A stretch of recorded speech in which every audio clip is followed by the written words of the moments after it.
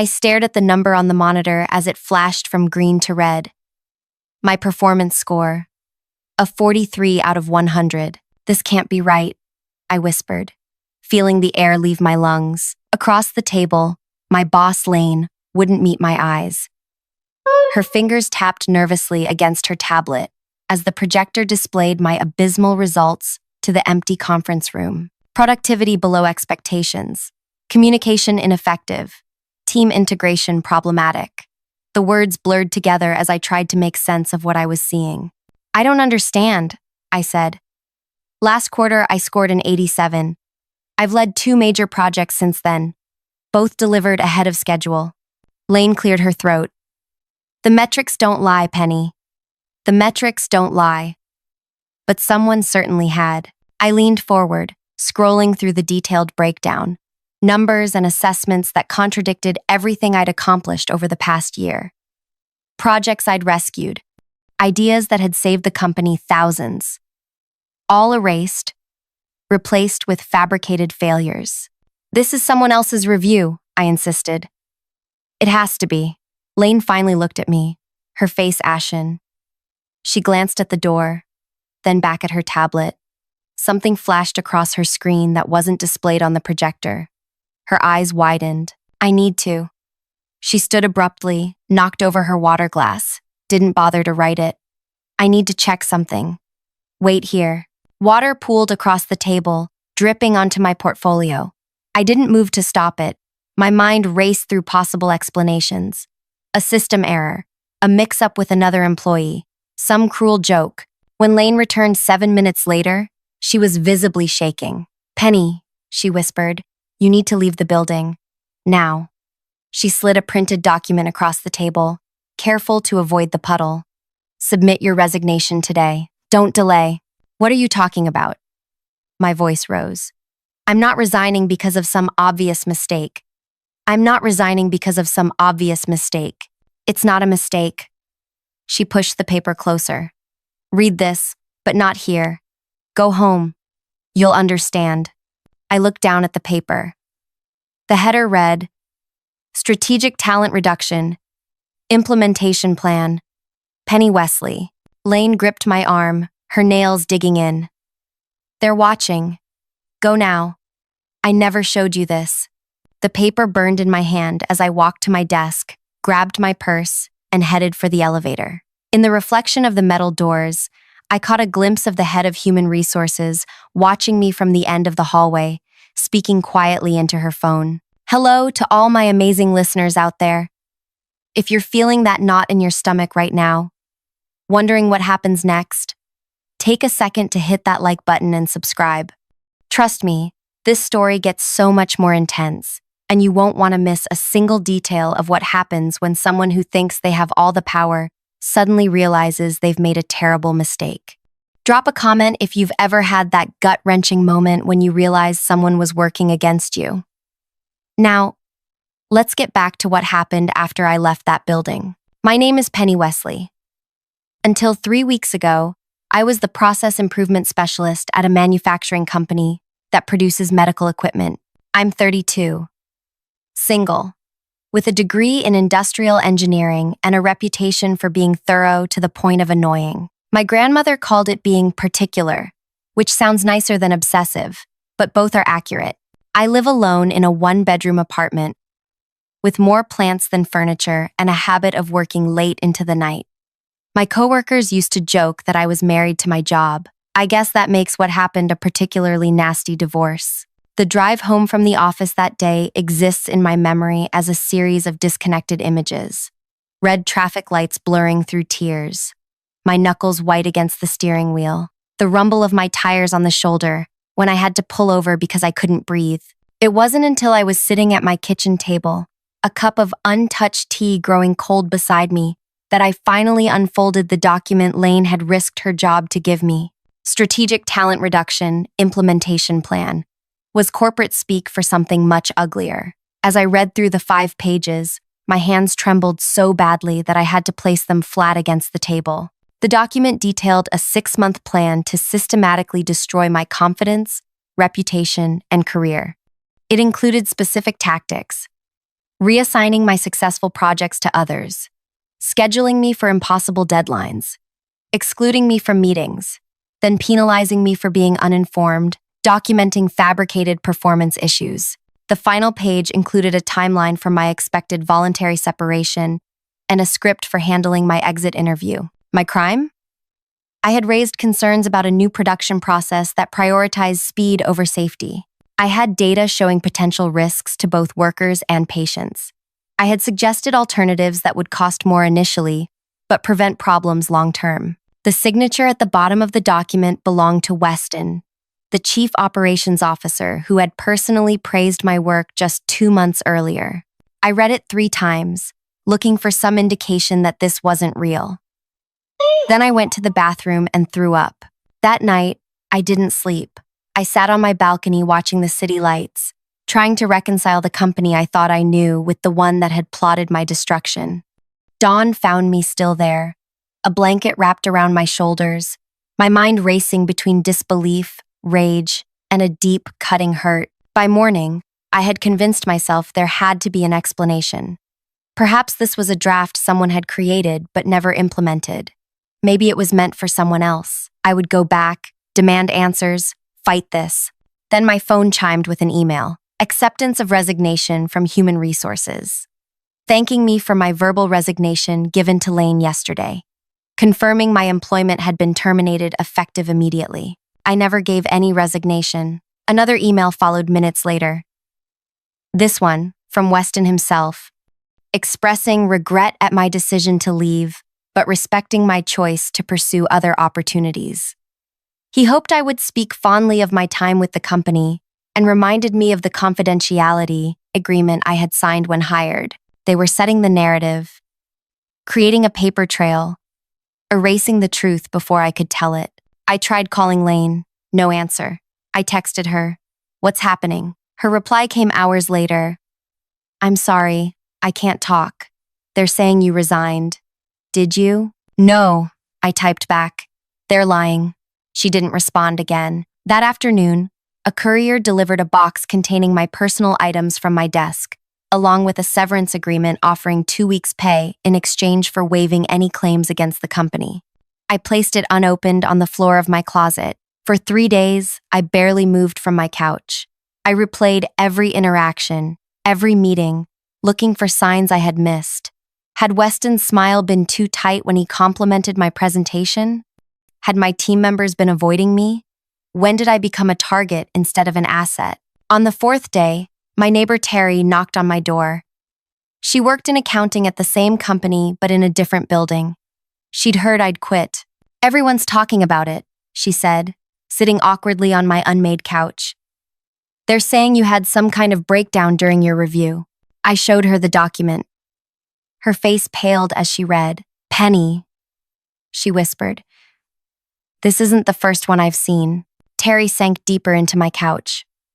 About 8 months ago, I was reconciling some unusual expense reports, training seminars that didn't match any actual training, consultants with vague descriptions, special projects with no deliverables. She lowered her voice as if someone might be listening. I tracked the approvals. They all came from the executive team, authorized through a cost center called Talent Management Initiatives. I pulled my knees to my chest. How is this connected to what happened to me? The timing, Terry said. Every unusual expense was followed within days by a resignation. 23 in the past year. She paused. All high performers who had recently raised concerns about something. My mouth went dry. 23 people? That I could track. There might be more. Terry hesitated. One was my friend Alec from Product Safety.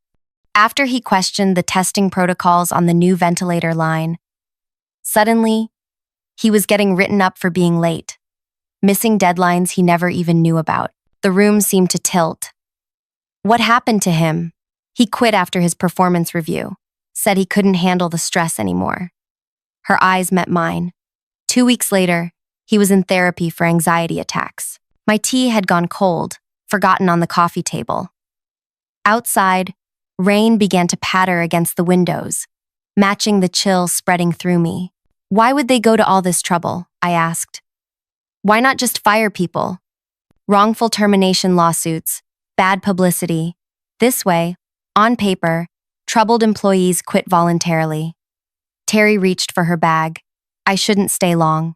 I'm probably next on their list for asking questions about the accounting. After she left, I sat in the growing darkness, letting the implications settle over me. Not an isolated incident. Not a mistake. A system. A strategy. 23 people before me. I opened my laptop and began searching social media for former employees. One by one, I sent messages. I recently left the company too. Would you be willing to talk about your experience? Most never replied. Some responded with variations of, I signed an agreement, or I've moved on. But 7 people agreed to meet. We gathered at a small cafe 10 miles from the office. I recognized some faces. Others were strangers. They worked in different departments, had different roles, but their stories followed the same pattern. They spoke up about something: safety concerns, ethical issues, financial discrepancies, and suddenly became targets. Blake, a former quality inspector, showed us his performance reviews, stellar for 4 years, then plummeting after he questioned a change in testing standards. They scheduled my meetings during my daughter's recital, which they knew I couldn't miss, he said, then wrote me up for not being a team player. Mina, who'd worked in regulatory compliance, nodded. They moved my deadlines up without telling me, then criticized me for missing them. Did anyone fight back? I asked. Silence fell over the table. I tried, said Damien, a former engineer. Filed a complaint with HR.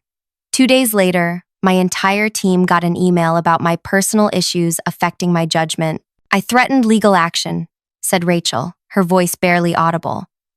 The next day, my work computer was wiped clean. Every file, every email, gone. They said it was a system error. Rain streamed down the cafe windows, blurring the world outside. Inside, the 7 of us huddled over cooling coffee, comparing wounds inflicted by the same invisible hand. We should go public, I said finally. Together, with all our evidence. What evidence? Blake interrupted. My word against theirs? My performance reviews that they can claim were accurate? I need this reference for my new job, Mina added. I have kids, a mortgage. One by one, they explained why they couldn't risk it. Couldn't afford it. Couldn't endure it.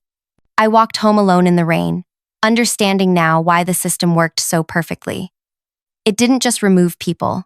It isolated them, broke them, made them doubt themselves and fear fighting back. That night, I dreamed I was back in the conference room, water spreading across the table, rising higher and higher until I was drowning in it. Weston watching impassively from the doorway. I woke gasping for air. The next morning, an email arrived from an address I didn't recognize. No subject line, no greeting, just an attachment, and the words, "You might find this useful." The attachment was a company organizational chart I'd never seen before. Unlike the public version, this one had red lines connecting certain executives to a separate structure labeled Special Projects Division. Weston's name sat at the top. Another email arrived minutes later. Northeast Parking Garage. Level 3. 4 p.m. today. And I debated whether to go. It could be a trap, or a cruel prank, or someone who actually wanted to help. After everything that had happened, trusting anyone seemed foolish. At 3:55 p.m., I parked on level 3 of the garage, keeping my engine running. At 4:02, a car pulled up 2 spaces away. The driver's window lowered just enough for me to recognize the face of Victor, the company's database administrator. A man I'd spoken to maybe twice in my 3 years there. "Get in your back seat and lie down," he called softly. "Make it look like you're getting something from the floor." I hesitated, then did as he asked. Through the gap between front seats, I watched him approach, open my passenger door, and slide something under the seat before walking away without a word. When I was sure he was gone, I retrieved what he'd left, a thumb drive labeled insurance. At home, I plugged it into my laptop. It contained hundreds of files, emails, meeting minutes, HR documents, all related to the Strategic Talent Reduction Program.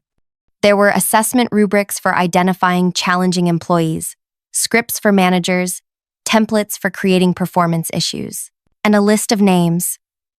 Employees who had been targeted, those currently in process, and those under evaluation for potential targeting. My name was there, along with all the people I'd met at the cafe. So was Victor's, marked as monitoring phase.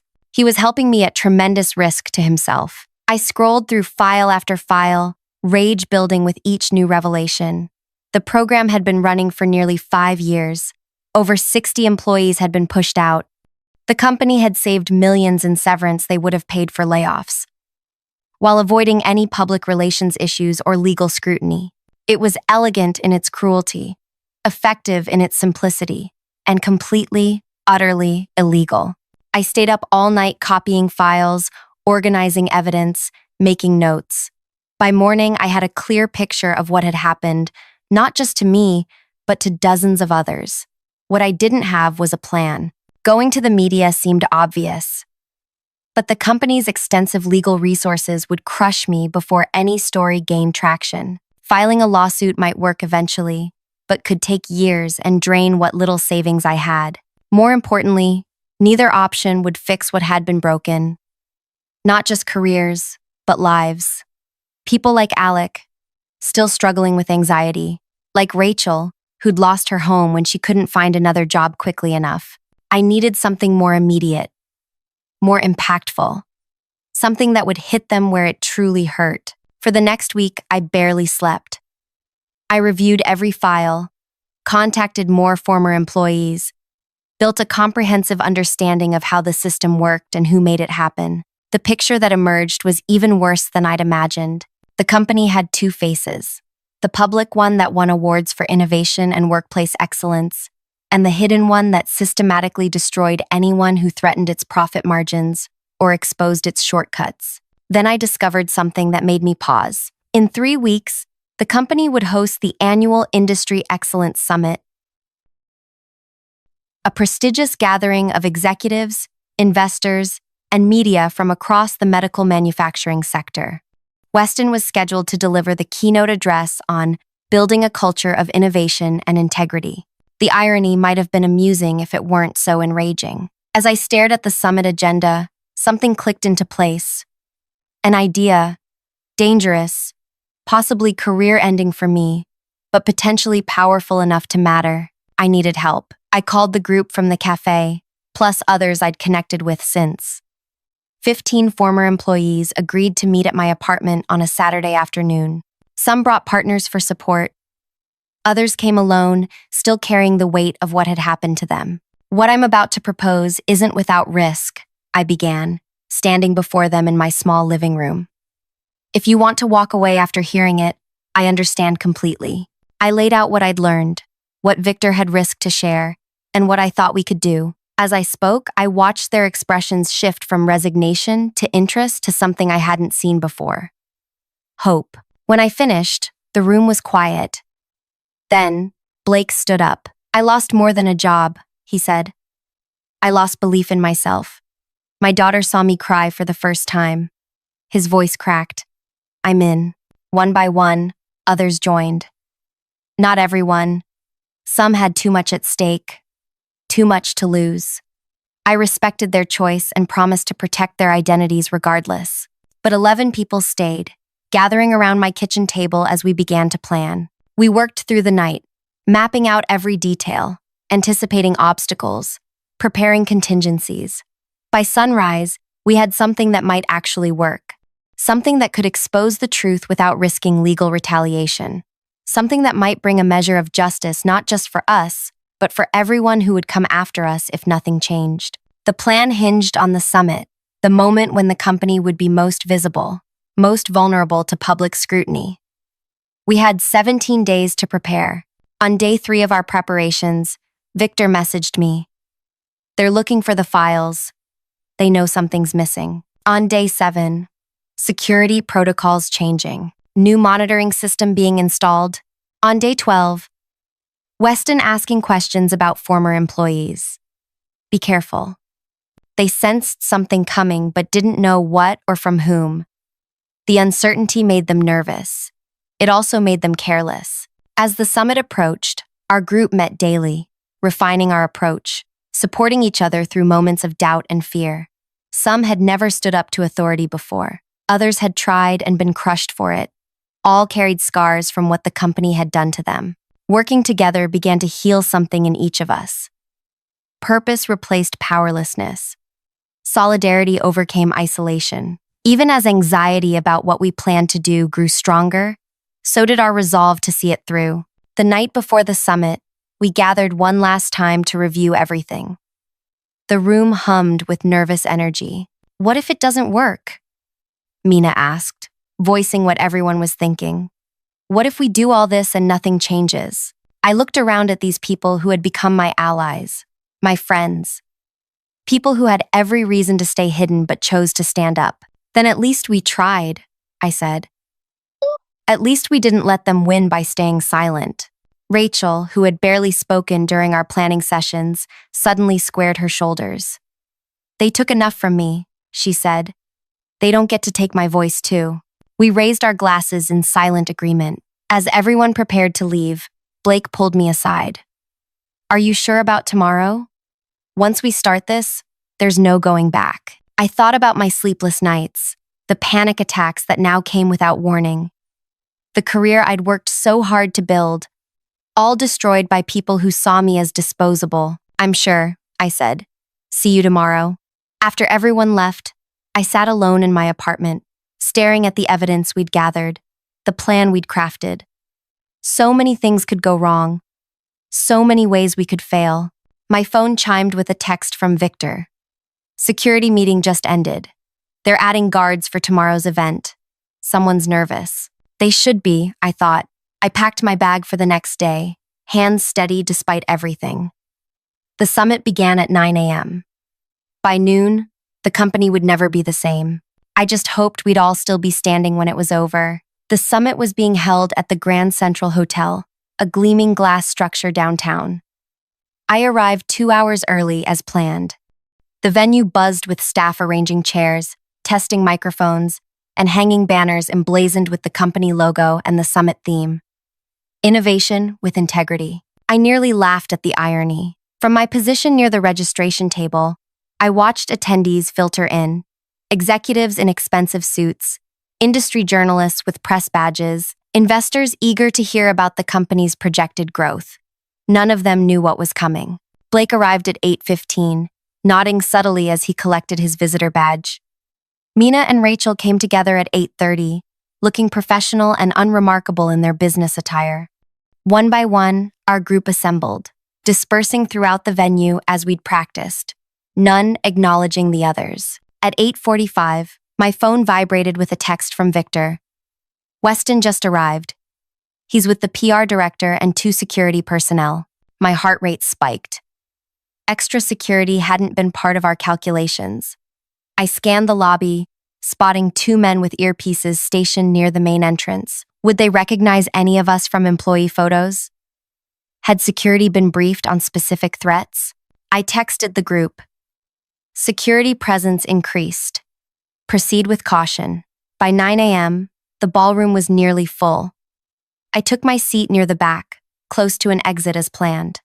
The program began with the company's chief marketing officer welcoming everyone and introducing the day's agenda. My palms were sweaty. I wiped them against my skirt. At 9:30, the first speaker took the stage, a renowned industry analyst discussing market trends. I barely heard a word, too focused on watching the room, tracking security, monitoring our team's positions. Rachel caught my eye from across the room, her face tight with anxiety. For a moment, I wondered if we should abort. The risks suddenly seemed overwhelming, the potential consequences too severe. Then I saw him. Weston, sitting in the front row, scrolling through his phone, completely at ease. The man who had signed off on destroying careers, lives, mental health, all to protect profit margins and silence legitimate concerns. My resolve hardened. We would proceed. At 10:15, there was a scheduled networking break. Attendees mingled in the foyer, balancing coffee cups and pastries, exchanging business cards. Our team moved into position for the next phase. I stationed myself near the ballroom entrance, watching the minutes tick by. At 10:29, disaster struck. Blake texted, "Security checking bags at bathroom exit." They saw the materials. My stomach dropped. Blake had been responsible for bringing part of our evidence, copies of the targeting documents for distribution at the critical moment. If security had confiscated them, I started calculating how much of our plan could still work without those materials when Blake appeared beside me, ashen-faced. "They have everything," he whispered. "They stopped me coming out of the restroom. Said they were doing random checks." "Did they see what was in the folder?" I asked. "I don't think so. They just took it for security reasons. But they asked for my ID, wrote down my name. This was bad, very bad. If they connected Blake to me or any of the others, the entire operation could unravel before it began." I texted the group, "Plan B, now." Plan B was riskier, less controlled, but still possible. Instead of distributing physical evidence during Weston's keynote, we would rely on digital methods and verbal testimony. Less impactful, perhaps, but harder to silence. As attendees filed back into the ballroom for the next session, I noticed 2 security guards speaking into their radios, scanning the crowd. They were looking for someone. For us. At 10:45, the company's human resources director took the stage to introduce the next speaker. My breath caught when I recognized her, the same woman who had been watching me from the hallway the day Lane told me to leave. "Before we continue," she said, her voice professionally pleasant, "a quick security announcement. We've been alerted to unauthorized materials being distributed at this event. If anyone approaches you with documents not provided by summit staff, please notify security immediately." Murmurs rippled through the audience. The HR director smiled reassuringly. "Just a precaution. Now, please welcome our Vice President of Operations, who will discuss our award-winning safety protocols." My phone buzzed with panicked messages from our team. They know. Should we leave? Are they going to arrest us? I took a deep breath and typed, "Stay calm. Proceed as planned. They're nervous, which means we have power." For the next hour, I sat through presentations about the company's commitments to quality, safety, and employee development, all lies wrapped in glossy corporate language. My anger grew with each slide, each carefully crafted falsehood. At 11:50, the moment approached. Weston would take the stage at noon for his keynote address. Security presence had increased. I now counted 6 guards positioned around the room. I texted Victor. "Status?" His reply was immediate. "Ready." At 11:55, the HR director returned to the stage. "Ladies and gentlemen, please join me in welcoming our Chief Operations Officer, Thomas Weston, who will deliver today's keynote address, Building a Culture of Innovation and Integrity." Applause filled the room as Weston stood, buttoning his suit jacket, his expression confident as he approached the podium. Behind him, the giant screen displayed the company logo and his presentation title. And then it changed. The screen flickered, and suddenly, instead of Weston's prepared slides, it showed an internal email. His email. To the head of human resources. Subject line, Strategic Talent Reduction Program. The text was large enough for everyone to read. "The Wesley situation has been handled. Implement the exit strategy as discussed. Remember, this stays within the executive team only." Weston froze mid-step. The audience's confused murmurs grew louder as the screen changed again, displaying a list of names. 63 employees who had been targeted, along with the official reason for their departure and the real reason they'd been pushed out. My name was highlighted. Official. Voluntary resignation due to performance issues. Actual. Raised safety concerns about production line changes that would impact Q4 profits. Victor had come through. As the company's database administrator, he had access to the audiovisual systems. He had had broadcast access, and he'd just used that access to broadcast what was never meant to be seen. Weston spun around, staring at the screen in horror. "Cut the feed!" he shouted to the tech booth. "Cut it now!" But Victor had locked them out. The presentation continued, showing document after document, the templates used to fabricate performance issues, the scripts given to managers, the tracking system used to monitor the progress of breaking down targeted employees. The room erupted in chaos. Journalists pulled out phones, taking photos of the screen. Industry executives whispered urgently to each other. The security team rushed toward the tech booth, but the damage was already done. In the midst of the commotion, I stood up. "My name is Penny Wesley," I said, my voice carrying across the now silent room. "That's my name on the screen." I was targeted because I identified safety issues that might have reduced quarterly profits by 3%. All eyes turned to me. I felt a moment of terror, then strange calm. "I'm not alone," I continued. Around the room, others from our group stood. Blake Chen, targeted for questioning testing shortcut protocols. Blake Chen. Mina Jordan, targeted for reporting regulatory compliance concerns. Rachel Torres, targeted for documenting worker injuries resulting from accelerated production timelines. One by one, we introduced ourselves and our crimes. 11 former employees, standing tall among hundreds of industry leaders and media representatives. Weston's face had gone from shocked to furious. He pointed at me. "Security! Remove these people immediately." Before security could react, the doors at the back of the ballroom opened. Lane walked in, followed by 7 current employees, people I recognized from different departments. My former supervisor looked directly at me, then turned to address the room. "What they're saying is true," she said, her voice shaking but determined. "I was ordered to falsify Penny's performance review. I was told my own job depended on it." She held up a folder. "I have the documentation to prove it." The security team hesitated, looking to Weston for direction. He had gone pale, eyes darting between the screen, still displaying evidence, the former employees standing throughout the room, and the journalists furiously taking notes. "This is absurd," he finally sputtered into the microphone. "These are disgruntled former employees making unfounded accusations. This presentation has been hacked, the documents fabricated." That's when Rachel stepped forward, pulling out her phone. "I recorded our meeting," she said. "The one where you told me either I quit or you'd make sure I never worked in this industry again. Would you like me to play it?" She didn't wait for an answer, instead pressing play on a crystal-clear recording of Weston's voice. "Your choice is simple, Rachel. Resign quietly. Or, we'll ensure your reputation is so damaged no company in this sector will touch you." We've done it before. The ballroom had gone completely silent. Investors began quietly leaving their seats, heading for the exits. The company's stock price would be plummeting as news spread. Weston grabbed his phone, frantically texting someone, likely the legal team. Too late. The story was already out, being captured by every journalist in the room. The head of human resources attempted damage control, taking the microphone.